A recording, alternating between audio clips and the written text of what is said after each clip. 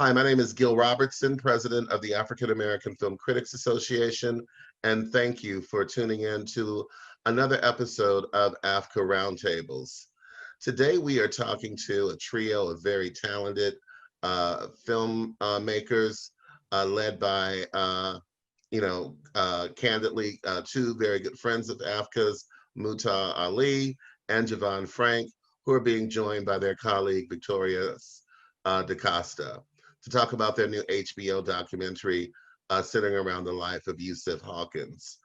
Without further ado, we're going to introduce you to the members that we have present today, starting with Brandon Collins, otherwise known as The Voice in Queens, New York, Albert McGhee in Florida, KB in Atlanta, Ronda Racha Penrice in Atlanta, and Carla, the Curvy Critic in Los Angeles.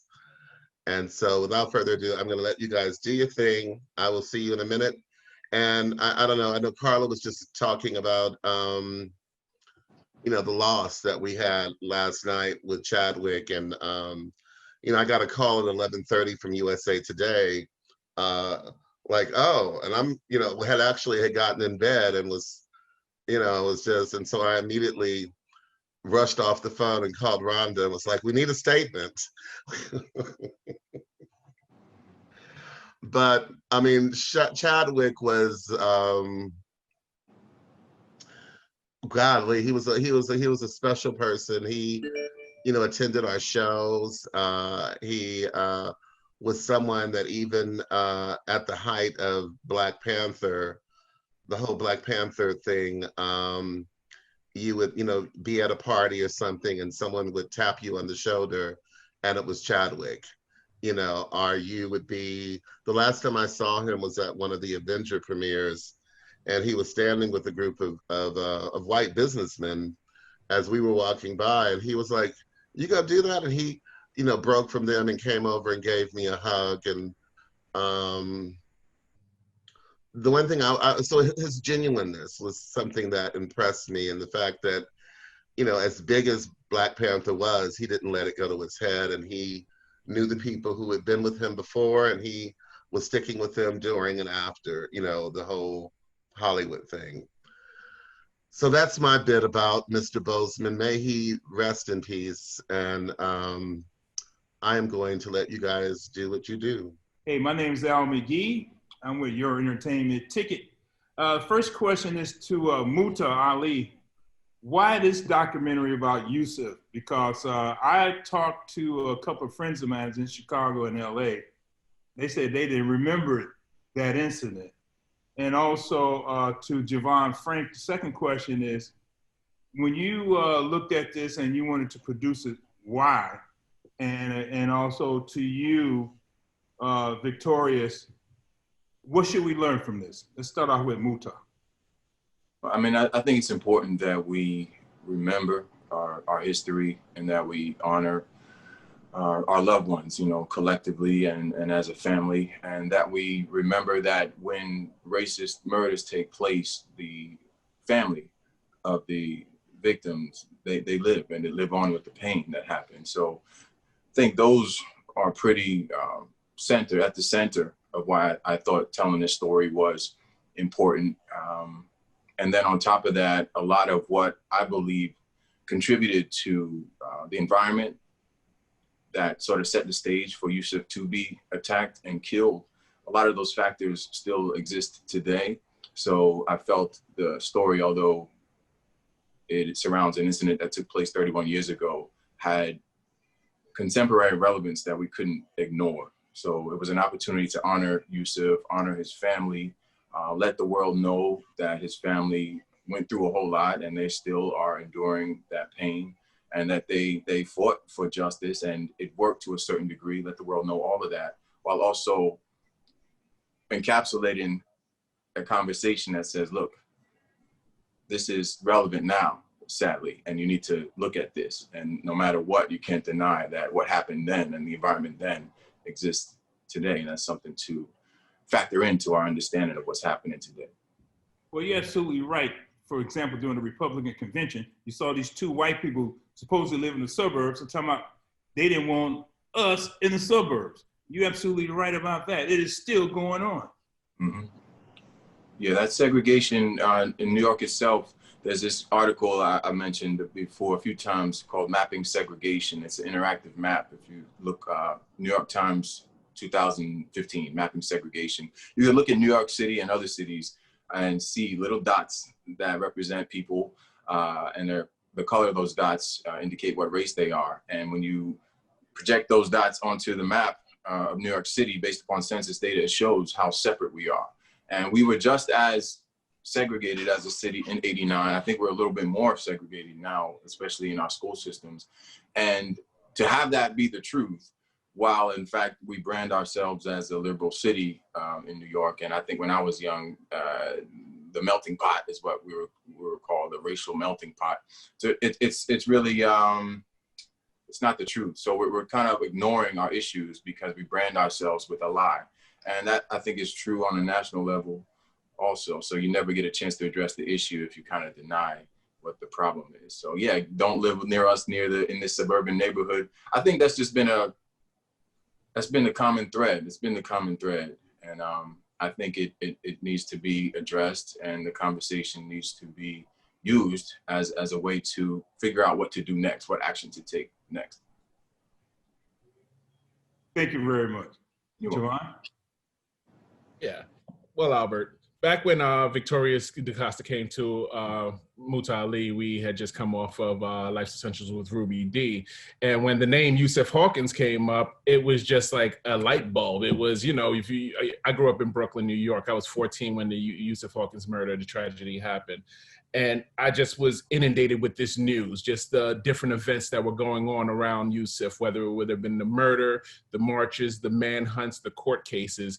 It was just so much going on in my youth. And this was me coming of age, you know, and just kind of like seeing how racial issues in New York were playing out.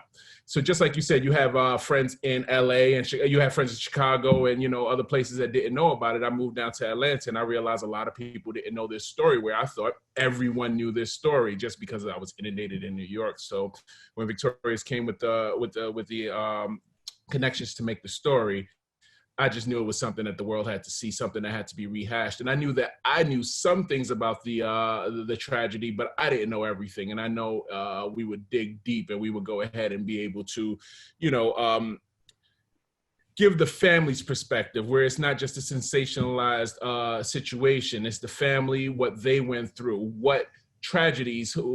how tragedies affect other people other than just the victims, and of course the people who perpetrated the crime. So I thought that it was something that just needed to be brought to everyone, and I was all in once, you know, we got the opportunity. Thank you very much. No problem.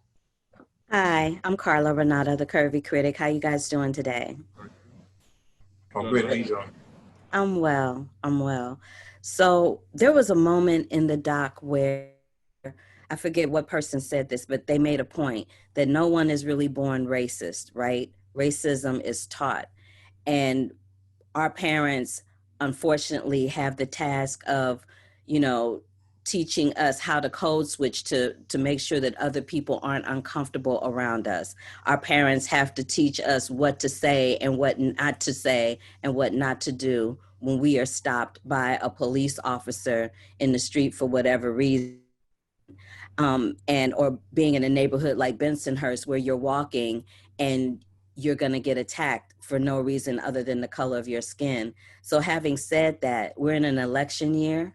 Do you think that people are going to get out to vote? And do you think that we are going to see systemic racism erased in our lifetime? I think people are going to get out to vote. I feel confident that we have a collective understanding that votes have power, and we need to execute and wield that power. Racism within our lifetimes, I mean, our lifetimes are relatively short, so I'd honestly answer probably not, considering the current situation and the trajectories of different sensitivities and dynamics such as that. They don't show me that much. 30 years, right? 89 and today, 2020. everyone who watches the film and everyone who's been in America and with their eyes open sees that not much has changed in that regard. There have been arguments to the contrary, you know, but a lot, you can use a lot to say a lot hasn't changed in 30 years. So, I mean, shoot, if we're lucky to live to our mid 80s, I doubt it. I doubt it. But I think the effort to make a difference can increase. I think that we will make progress. I think collectively as human beings, we're becoming more and more aware of ourselves and more into our enlightenment and more into being inclusive of other people's perspectives, even within our own minds. I think just as human beings, we are evolving in that way.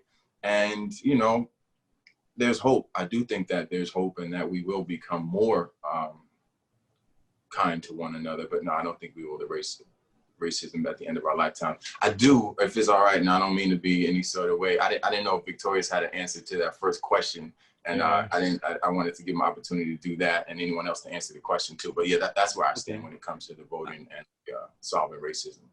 Thank you. Of course, Victorious and Jevon, please weigh in. I can double up, I think, both questions. I mean, you know, one of the main themes in the film outside of family is that the people in the moment were able to topple down, you know, a regime, right? Talking about Mayor Koch. And so I think that if anything, even in Spike Lee's, you know, clip in the film, it talks about the power of voting, especially in local politics. I think that systemic or systematic racism, I think there is a long way off, right? But I think that what's happening is that our response in our community to the systemic racism is going to change a lot sooner, right? So we may not be able to change the system, but we can change how we interact with the system and how much we depend on the system. And I think that if you look at it, each problem at a time, because if you put us all in a room and you ask what the problem is, there'll be a lot of answers, right? And you look at, say, like the Black Panther Party put to the forefront sickle cell anemia in our community, right? And they put the children being malnourished, you know, every morning at school. And that was a response to racist practices as far as healthcare, you know, in our community. And a few years later, the system, you know, as we call it, implemented things that kind of spoke to that.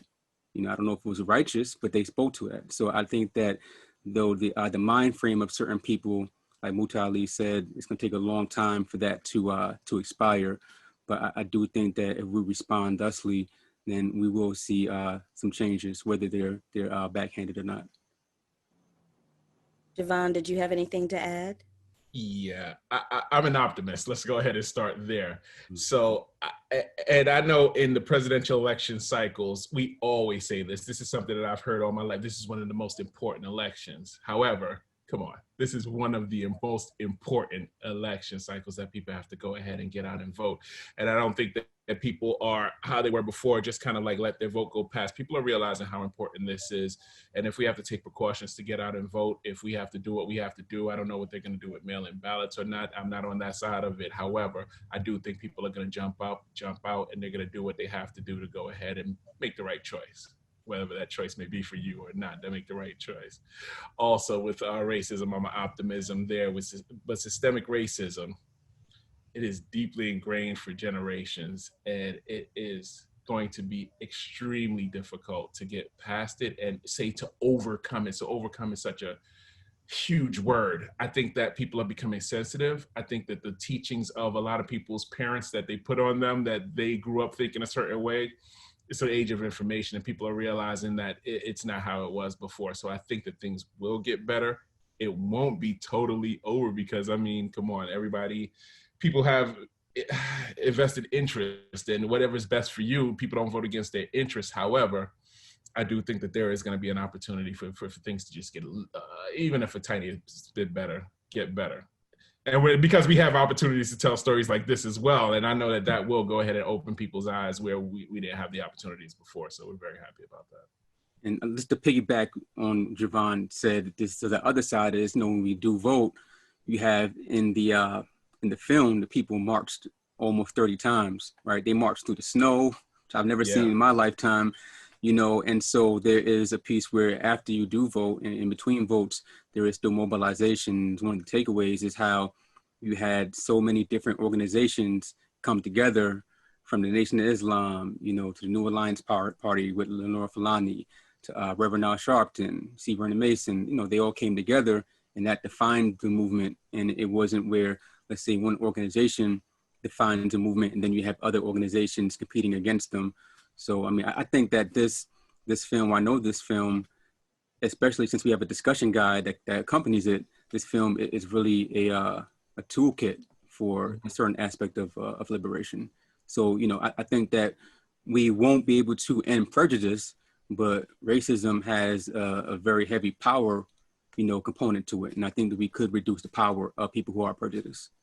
Agree. Thank you all for answering that question with such in-depth and thoughtful answers. I appreciate it. I appreciate your film, Storm Over Brooklyn. It couldn't come at a better time. Thank you so much. Thank you. Thank you.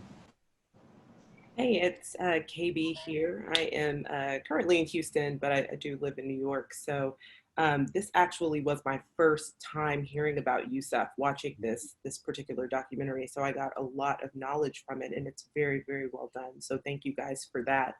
But just as Black men working on this project and in this space and centering kind of the family story, what kind of healing did working on this project provide for each of you guys?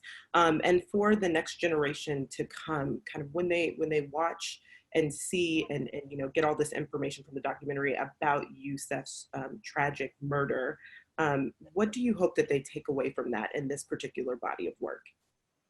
I feel like it's interesting. I thought about it this morning or last night. I don't remember that. And I don't even, it's not even a comparison. It's just interesting that Yusuf was in a group of 4 Black men on the way to Bensonhurst. And it took a group of 4 Black men to set out on this endeavor and honor him in such a grand way. And I thought that that's a special thing, I think, to be a part of that. I hope that people take away the example of activism when it's persistent and in close proximity to the problem. You can affect change. I think they could take note of the fact that financially disturbing the community was effective in the same vein that boycotts. Sorry, I'm in Yonkers, there's a lot of sirens, I don't know if you hear that, but in the same way that boycotts have been historically effective. And I guess when it comes to healing, I don't know, that's a deep question. It's a lot of pain that we captured on camera. I don't know if there was any healing that I experienced. I hope that anyone who we interviewed, I think of Luther, who was with Yusuf, I think of Yusuf's family, his mother and brothers. I hope that them having the chance to put their experience out there into the world is cathartic for them.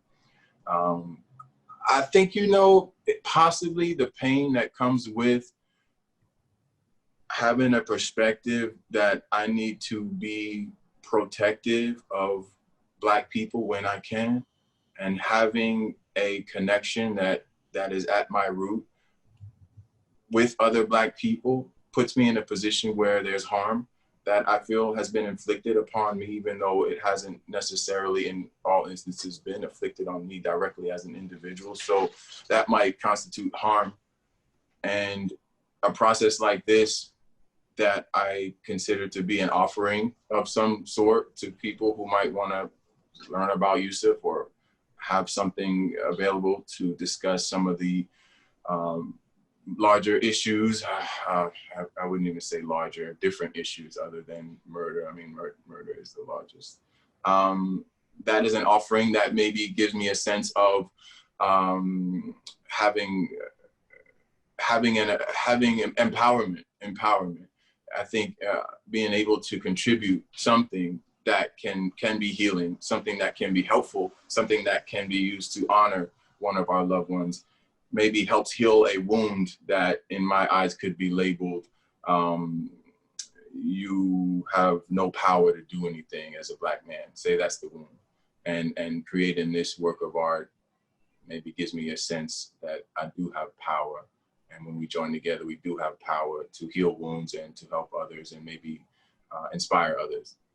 Mm-hmm. Thank you. You're welcome. I'm going to speak on healing just a little bit, and I'm going to make it as personal. I'm going to make it personal for myself. My healing started coming very recently after the film premiered, and I started seeing comments from everyone, you know, who enjoyed the film, who remembered the events of then.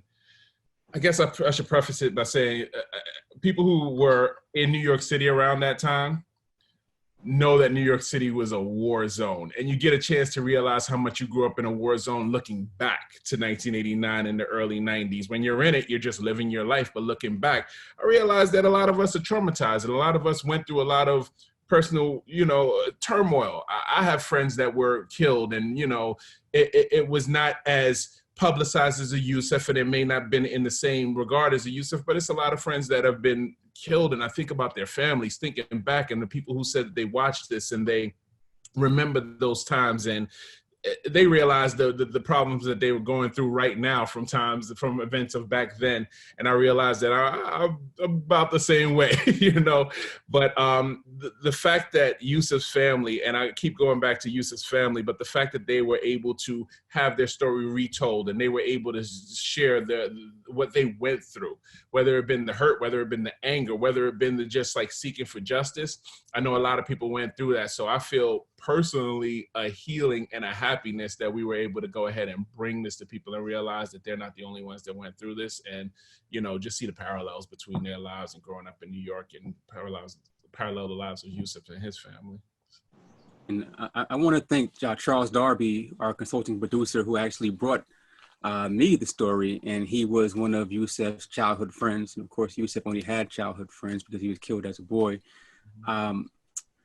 With the healing, I think our generation, people say that was our Emmett Till, you know, respectfully, but I think that we've grown to be cynical, right? After seeing these things happen for decades, right? And I think that with Yusuf, the reason why it was so well received, you know, people watching it 2-3 times in a row, you know, and crying, is because it was the first time that they were able to address that childhood trauma. It was the first time that, you know, as younger people, we were like, what happens on planet Earth? What, you can't, what, you know?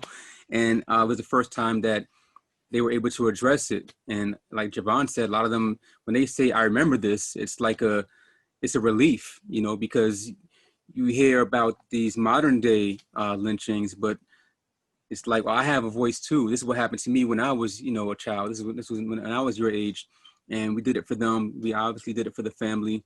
I like to think that we did it for everyone in the film, because you have in the film, you have people talking about a lot of mental wellness issues. You have, you know, one gentleman, Russell Gibbons, he says that he was a black boy, wanted to be a white boy. That's a serious issue there, right? That we have to look at that in a compassionate manner.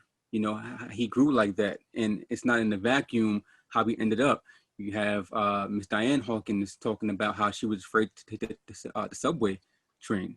You know, so throughout the film, we talk about the need for healing, and I'm proud that, you know, when we see Miss Hawkins smile, we can tell that she's healing, right? And I'm proud when the family tells us that they never got together as a family and talked about Yusuf Hawkins. This has never happened before because they didn't have time to. They were running, and then after it left the media, you know, it was done. You know, and the patriarch Moses, he was gone, and they just never got together. And so I am proud, and I think that, you know, my partners and I, we speak how we speak because we're still in it. You know, every time we talk about this, we're in it. You know, it's not done for us yet. So I do wish healing for us. You know, a lot of decompressing, a lot of therapy, because we still are doing that work. Yeah, so that's that. Thank you guys so much for the thoughtful answers. I really appreciate it. Well, hi, gentlemen. My name is Brandon Collins. I'm from the Media and Popcorn Podcast out here in Queens, New York. Great job on the documentary. I think my first question is, as you were, you know, putting this project together and reaching out to the family of Yusuf, as well as members of the group that were involved in Yusuf's murder, what were the feelings in like actually coming face to face with these people, like putting the story together in the editing room, like to make sure that you told Yusuf's story, but also that you gave the other perspective, as jacked up and painful as that might have been? Speak a little bit to that. Yeah, I mean, I can start answering, but I don't know if I can hold everything you asked in one answer, but I'll try my best. We were generous, I think, to all the people in the film. And when you talk about, like we just mentioned, Russell Gibbons, for example, he had the opportunity and he did express his opinion about Reverend Sharpton, about what was good or not good about the protests in Bensonhurst, right? But he also had the courage to be on camera and speak his mind. And I respect that a lot.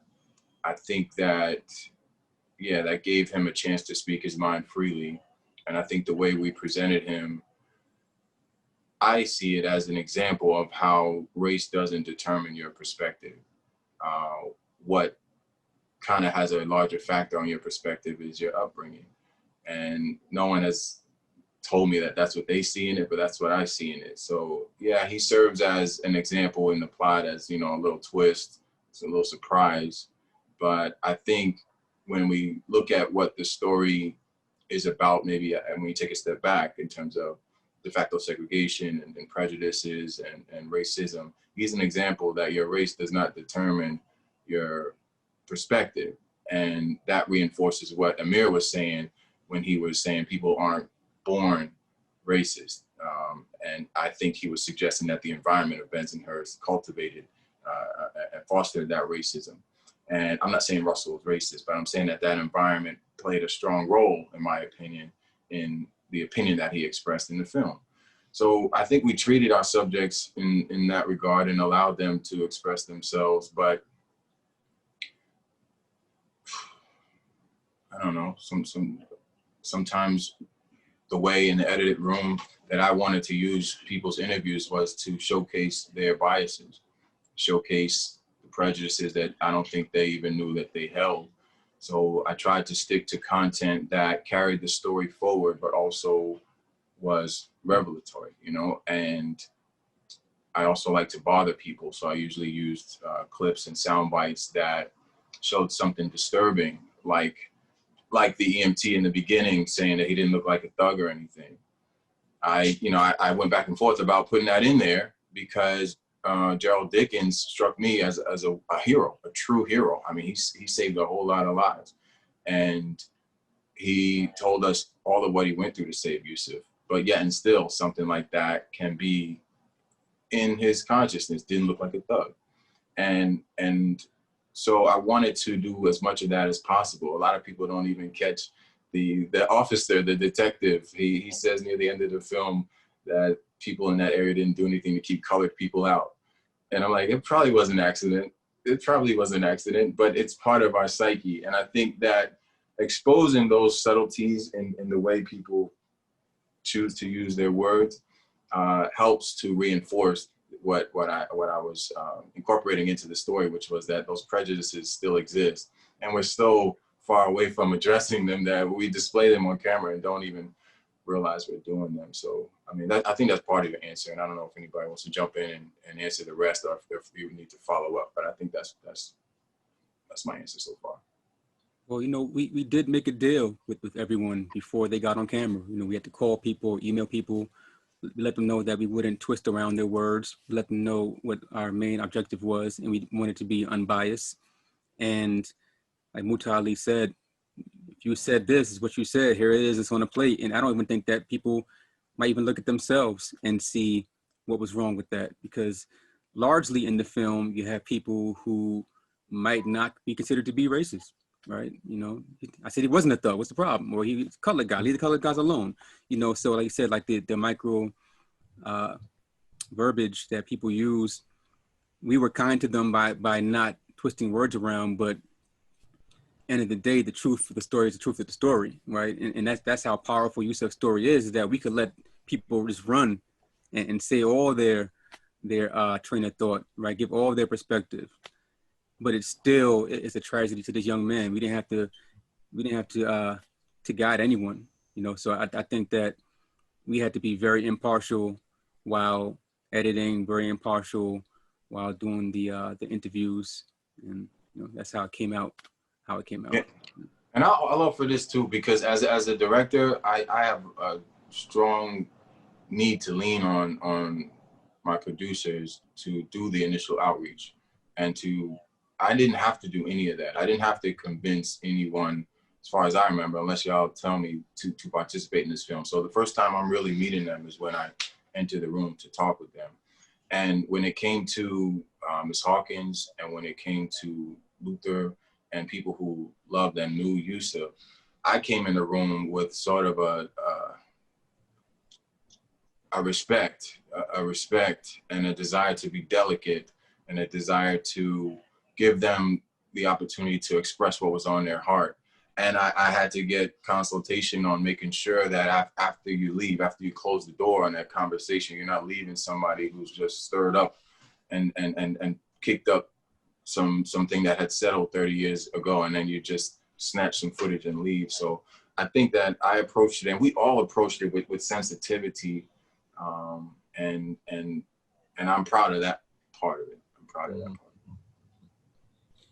Thank you, gentlemen, so much. Oh, sorry, Jevon. No, it's fine. I think that these gentlemen covered that question pretty well.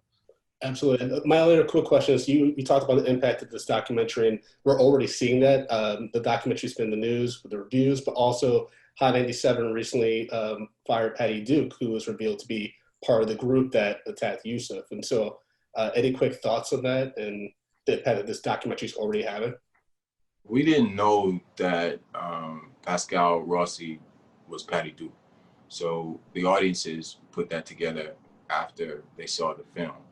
And I believe, you know, Hot 97 made their decision. I understand why. And it's brought more attention to the film, you know, and we'll see what happens next. Absolutely. Thank you, gentlemen, so much for your work on this. I believe it should be required viewing for all history classes going forward. It's fantastic. Thank you. Hey, guys. I actually lived in New York during this time, so I do remember how big Yusuf Hawkins is. And most people, you know, if you've listened to Chubb Rock, you know, Treat 'Em Right, you know, he said, remember when Yusuf Hawkins when you're walking, you know, and so forth. But one of the things that you said, Muta'Ali, was very interesting, being in Atlanta or even being in New York at that time from Chicago, is that a lot of New Yorkers will tell you that New York wasn't as racially polarized as other places. And for me, I was like, are you guys kidding me? Like, can you not see this? And I think that, I mean, I guess you guys talked about it, that you have people that are realizing that. I don't think that was a goal, but when did you know that you guys were providing this service? Or this way, I should say. It took a while for me to commit to doing this film. I mean, when Victorious called me, I spoke with him and I was interested, but I had to read John DeSantis's book, For the Color of His Skin, and really, I was asking people, when do you know that you should dive in and invest another 4 years of your life into something when there's no budget and you're struggling to make something of yourself as an artist? And the advice I got, I forget the lady's name. I was at NYU for an event, and she just said, it has to be in your heart. You have to love it, you know? And so it took a while for it to get into my heart, because I was 10 years old and I was in Westchester when this happened to Yusuf. So I hardly remembered. And there's so many that when I was speaking to Victorious, I was like, you mean Yusuf Salam? You know, because the exonerated 5, and it happened in the Central Park incident happened in April of '89. And that Yusuf Salam is not Yusuf Hawkins, but it was around the same time. So I had to educate myself, right? And upon doing that, I'm like, I don't want to tell a story that reinforces the victimization of a Black person only, right? So why? Why is it necessary now? And like I said, I like to bother people, and I lie sometimes, but I really have a passionate I hate liars so much. They get under my skin so much. And denial, racism denial, and racism deniers cause so much damage nowadays, and like they always have, right? And I'm reading all of this, and I'm like, look, denial now and denial then, it's just as damaging, right? And so that angle of denial was there from the beginning, and I really consider that as part of the premise of the piece, that racism denial leads to further racist destruction, right? So that was embedded in it from the beginning, and that played a role in decisions like keeping the didn't look like a thug or anything, you know.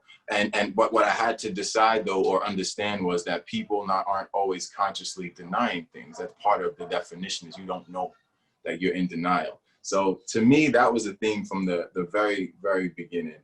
And I'm proud that that stayed a part of it. Yeah. And also like from the very beginning, you know, just like showing Yusuf's humanity, because that was missing a lot of times in the coverage, because it was such a war zone and people fighting. And so like from the very beginning, like from the very first frame, you know that this is different, because the person who we're talking about was front and center. Mm-hmm. Yeah, we collectively were really focused on making sure that people got a chance to know Yusuf. We tried as hard as we could to get video of Yusuf, but we couldn't find it anywhere. But I mean, as we had conversations, like I had this strong desire just to hear Yusuf's voice. Like, we don't even know what he sounds like. I know Victorious and Jevon were looking for footage everywhere, you know, and that's partly how we got the great footage that we got, is because they were looking everywhere. We were looking everywhere. But yeah, Yusuf gets lost. He gets lost because part of the story is people sometimes need to exploit tragedies like this. And sometimes in our experience as Black Americans, we are naturally quick to say, see, look what happens to us. This happens to us, so you need to fix this systemic stuff, which makes perfect sense, and I'm all the way about it. But that takes so much energy that sometimes we forget who got killed, and we forget their life. That's why I really appreciated that video I saw of Breonna Taylor that came out a month ago, of her like living her life and being a person, you know. So we tried our best through the testimony of the family to breathe life into Yusuf and get people at least a basic understanding of who he was. And that was important to us. That was really important to us, because it's easy to forget that this is all about someone's life.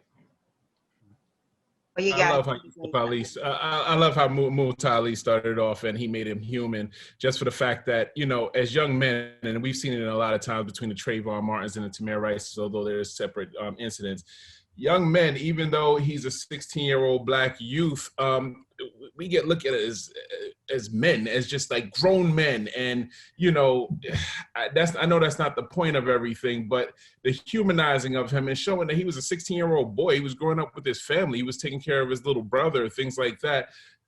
I love how MutalAli started the film there, because you start off from a point of not just somebody who's from East New York and Bed-Stuy who's just running around the street, which even as Black people ourselves, we kind of like don't look at these people as youths. We go, oh, he's running around, or whatever the case may be. You don't know. So humanizing him and showing him that he had a family life, and just kind of like showing how he raised his brothers and how he was a part of his community and wanted to just do better. It just made the story even more powerful, especially for people who didn't know about the story, just to kind of like follow along how this promising young man's life was just snubbed out. So I really just wanted to give accolades to MutalAli on how great he started it with that, you know, point.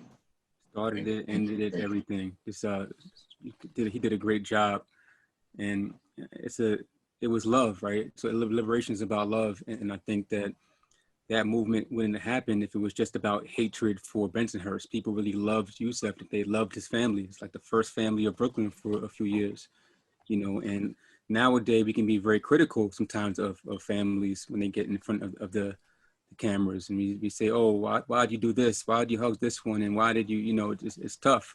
And so I think that after seeing this film, hopefully people will, one, give the family, you know, a break, cut them some slack, you know, but also dig deeper themselves so they can find the human interest, you know, in these people who are, you know, hashtags, you know, and martyrs, unwilling martyrs.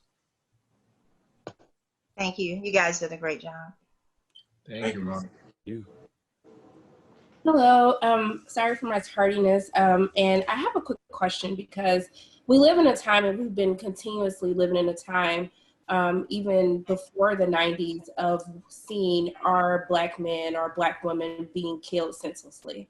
And I wanted to know, as creators, how do you decide what subjects, you know, you want to choose from? Because there's far too many stories like Yusuf that has happened. And so I wanted to know, what does that process look like? And also too, if you can talk about the work that you're doing with the unfortunate murder of Carrie Ball as well. Well, I mean, I'll when it comes to me, I found even over the last week, what my process includes is asking people around me who I love what type of story would be most beneficial to them, what would resonate with them, because it helps me to know that what I'm putting energy into can be considered helpful to someone. Like I'm about to do a little piece that involves infant mortality rates when it comes to Black people as opposed to white people, right? And, you know, so I kind of just survey with the people I love. What do you know about this? What do you not? Like, what is important to you about this, you know? And it's not to say I don't have my own desires, but I think part of my desire is to be helpful, you know? So if I don't find that people think this subject matter would be helpful, then it's less interesting to me. So I think that's kind of at the baseline. But then, you know, Victorious brought me this film, Stone Over Brooklyn. So I think he already, Victorious, you probably had your own process because you made a decision that it was important too. So, but that's me. I think it's like any of the journalists, you know, in this round table, you hear something, you just can't get it out of your head. You can't get it out of your heart. And talking to someone, for some reasons, it won't do. You have to go as deep as you can into telling the story. And, you know, with me, it was like I said, when Charles brought it to me, it's like Yusuf Hawkins. Okay, I was 12, and it's a no-brainer. Like, how could I not work on this project? This was like the biggest thing of my childhood, and I wasn't able to talk about it. You know, it had little current events, little, you know, 4 or 5 sentences, and then you get your little check mark or an X, and then you just move on. You know, as Black people in this country, you know, in certain environments, we don't get a chance to really express a lot of that trauma. And so it tends to be these traumatic stories that we just can't get out. And I think that's what happened with Carrie Ball. It's interesting. You mentioned that because Charles Darby also brought that to the fold. So Charles is not a filmmaker, but Charles does have a nose for stories. He has a nose for families. And while we're making this film, he's making connections with different families who were victims of the same type of violence. And but yeah, I think the answer is you can't get it off of your head, can't get it out of your heart, then you should do something about it. And you know, we're storytellers. That's what we do. We tell the story about it. You know, with the griots of this generation. I mean, I think it's a balance between it's a balance between an emotional and kind of like a technical thing for me as far as making film. So the emotional part is, we all know, like, you know, our emotions are our guideposts. If you feel it in your heart, just like everyone else said, and you feel like this is something that everyone is going to want to be a part of, or they should know, or it's going to go ahead and move the needle forward in conversation, or it's going to just help people out in their everyday lives, is something that I feel like, okay, I could get behind this. Muta'Ali said it before, when you make a documentary, you're putting years of your life in. So it has to be something that I know in 4 years I'm gonna still be passionate behind. The technical part, just as a producer, I want to make sure that just in this society, it's 2020, we're very visual. We like to hear new things. We like to see what's going on. So technically, I like to know that we have the resources to tell the proper story. We have the archives, we have video, we have audio. We're able to go into, you know, FOIL requests and look into police statements and just have everything that we can. So when people get a chance to see the story, they get the full story and they get to absorb it the way they are. I'm a huge part of understanding that we're making films for the end user. We get to kind of like, we get lost in the weeds as filmmakers as to what's technically right as for films or what are other filmmakers thinking or things like that. But really it's for the end user and what it is that they're going to be getting. And if we don't have the proper materials to go ahead and get them what it would take to tell this story and for them to emotionally connect and feel with this story, I'm a little bit more reluctant. But I mean, if the story like Yusuf, we didn't have a lot to go off of. It was 1989. Like Muta'Ali said, there was no video. There was no, you know, not a lot to go there. But the story was so powerful, and it was something that I grew up in, and I knew that people needed to see. That not having the materials just was overridden by what we have to go ahead and do and what we have to go ahead and pull together. And I think we did a great job pulling together just things from the reaches of the earth. Don't ask me how we got these things, but we were able to go ahead and pull together to tell this story the way that we really wanted to. Wow, well, this was terrific, you guys. And again, on behalf of the world's largest group of Black film critics, we'd like to thank you for your time today. And the final person who came on, Sharonda Williams, is who I like to call our youngin', is based in Atlanta. So thanks, Sharonda, for joining us. Thank you. We're here for you. We're here. We will continue to follow you and support you and uplift you. Again, on behalf of the world's largest group of Black film critics, we thank you, and we will see you soon. Thank you. Thanks, everyone. Appreciate you. Thank you very much. It was a great film. Thank you. Thank you very much.